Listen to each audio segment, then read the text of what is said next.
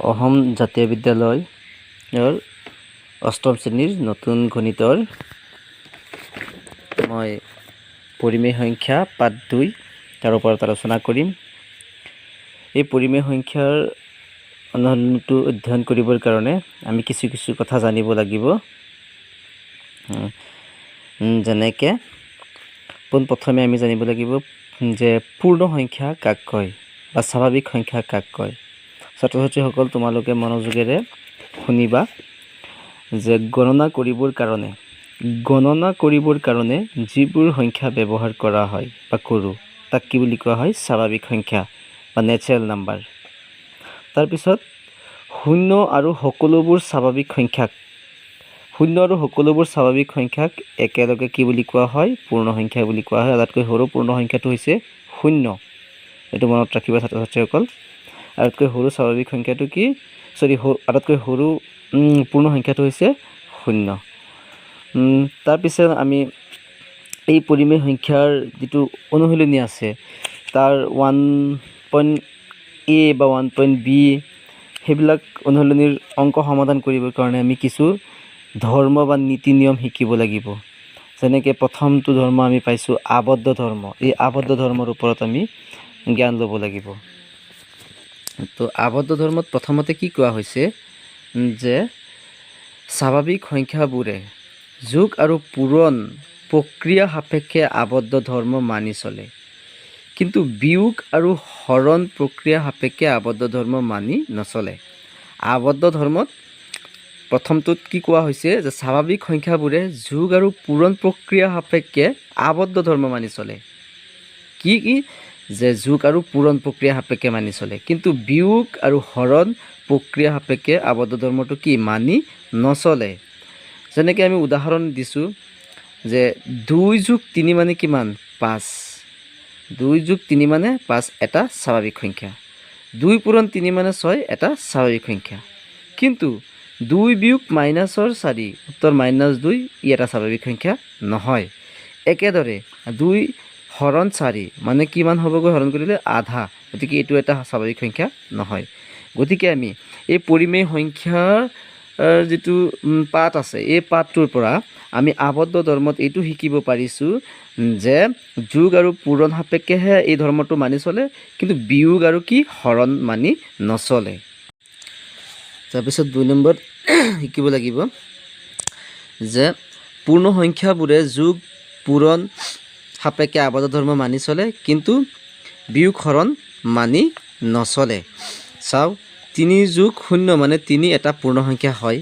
3 পূৰণ 0 মানে 0 এটা পূৰ্ণ সংখ্যা হয়।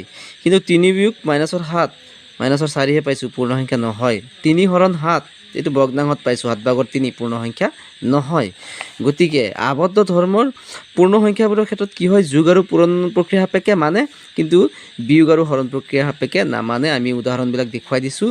3 নম্বৰত কোৱা হৈছে যে অখণ্ড সংখ্যাবোৰ যোগ বিয়োগ পূৰণ প্ৰক্ৰিয়া সাপেক্ষে আবদ্ধ ধৰ্ম মানি চলে। মানে যোগত মানে বিয়োগত পূৰণতো মানি চলে। চাওঁ, 5 যোগ 2 -2 মানে অনলি 3 এটা অখণ্ড সংখ্যা হয়।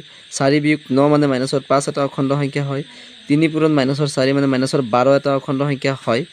কিন্তু অখণ্ড সংখ্যাবোৰৰ ক্ষেত্ৰত কোৱা হৈছে যে হৰণ প্ৰক্ৰিয়া সাপেক্ষে আবদ্ধ ধৰ্ম মানি নচলে। তো আমি চাওঁ, 6 হৰণ 5 কৰিছোঁ, কি পাইছোঁ? 5/6 পাইছোঁ। গতিকে ই এটা অখণ্ড সংখ্যা নহয়। গতিকে ইয়াত দেখা পাইছোঁ 3টা অৱস্থাত যোগ বিয়োগ পূৰণ প্ৰক্ৰিয়াত মানিছে, কিন্তু হৰণ প্ৰক্ৰিয়াত মানা নাই অখণ্ড সংখ্যাৰ বাবে। তাৰপিছত আমি পাম ক্ৰম বিনিময় ধৰ্ম।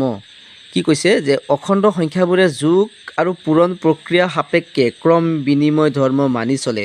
অখণ্ড সংখ্যাবোৰে যোগ আৰু পূৰণ প্ৰক্ৰিয়া সাপেক্ষে ক্ৰম বিনিময় মানি চলে, কিন্তু বিয়োগ আৰু হৰণ প্ৰক্ৰিয়া সাপেক্ষে ক্ৰম বিনিময় মানি নচলে।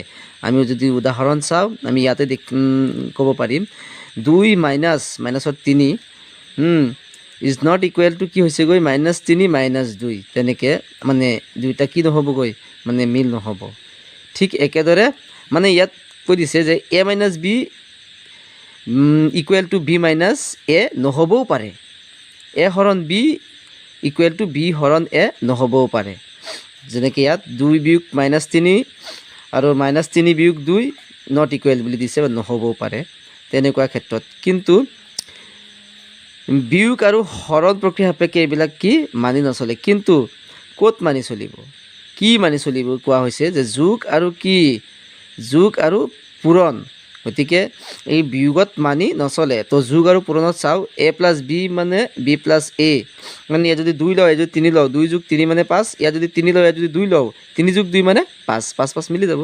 ইয়াতো 2 পূৰণ, ইয়াত এৰ ঠাইত যদি 2 লওঁ, তেন্তে 2 এৰ ঠাইত তুমি 2 ল'লে কি হ'ব, এৰ ঠাইত 2 ল'লে 2 পূৰণ, ইয়াত 3 ল'লে 2 পূৰণ 3 মানে 6, ইয়াত যদি 3 লওঁ, তো 3 আৰু এইটো 2 আছিলে, 3 পূৰণ 2 মানে 6, গতিকে মিলিব।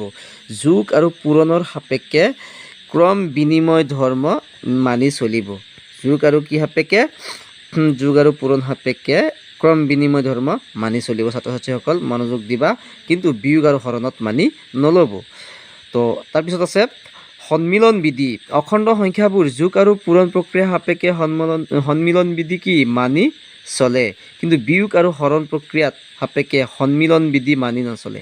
কি কৈছে, আৰু এটা বিধি আছে সন্মিলন বিধি, ই মানি চলে অকল কি যোগ আৰু পূৰণৰ ক্ষেত্ৰত, ঠিক ক্ৰম বিনিময়ৰ মতে। কিন্তু বিয়োগ আৰু হৰণত কি নহয়, বিয়োগ আৰু হৰণত মানি নচলে, ঠিক ক্ৰম বিনিময়ৰ মতে। তাৰপিছত আমি শিকিব লাগিব একক বিধি। যিকোনো এটা অখণ্ড সংখ্যা আৰু শূন্যৰ যোগফল সেই অখণ্ড সংখ্যাটোই পোৱা যায়। যিকোনো এটা অখণ্ড সংখ্যা হ'লে ইয়াৰ লগত যেতিয়া শূন্য যোগ কৰা হয়, উত্তৰটো অৱশেষত গৈ কি পোৱা যাব, a পোৱা যাব। বা শূন্য যোগ 1 কৰিলে a কৰিলে কি পোৱা যাব, a পোৱা যাব। a যোগ 0 আৰু 0 যোগ a মানে কিমান পাব, পোৱা যাব a। গতিকে এইটো হৈছে একক বিধি, যে যিকোনো এটা অখণ্ড সংখ্যা আৰু শূন্যৰ যোগফল সেই অখণ্ড সংখ্যাটোৱেই পোৱা যাব। শূন্যক যোগাত্মক একক সংখ্যা বোলে। ছাত্ৰ ছাত্ৰীসকল মনত ৰাখিবা, শূন্যক যোগাত্মক একক সংখ্যা বোলে। যিকোনো এটা অখণ্ড সংখ্যা আৰু একৰ পূৰণফল সেই অখণ্ড সংখ্যাটোৱেই হয় এক গুণাত্মক একক সংখ্যা বোলে। একক কি বোলে, গুণাত্মক একক সংখ্যা বোলে। মানে যিকোনো অংকৰ লগত 1টো পূৰণ হৈ থাকে, যিকোনো অংকৰ লগত 1 এটা কি হৈ থাকে, পূৰণ হৈ থাকে। আৰু ইয়াত এটা কথা কৈছিলে যে যিকোনো এটা অখণ্ড সংখ্যা আৰু 1ৰ পূৰণফল সেই অখণ্ড সংখ্যাটোৱেই হয়। গতিকে ছাত্ৰ ছাত্ৰীসকল তোমালোকে এই ভিডিঅ'টোত এইখিনি কথা প্ৰথমে মনত ৰাখিবা। মই পৰৱৰ্তী ভিডিঅ' আকৌ দিম।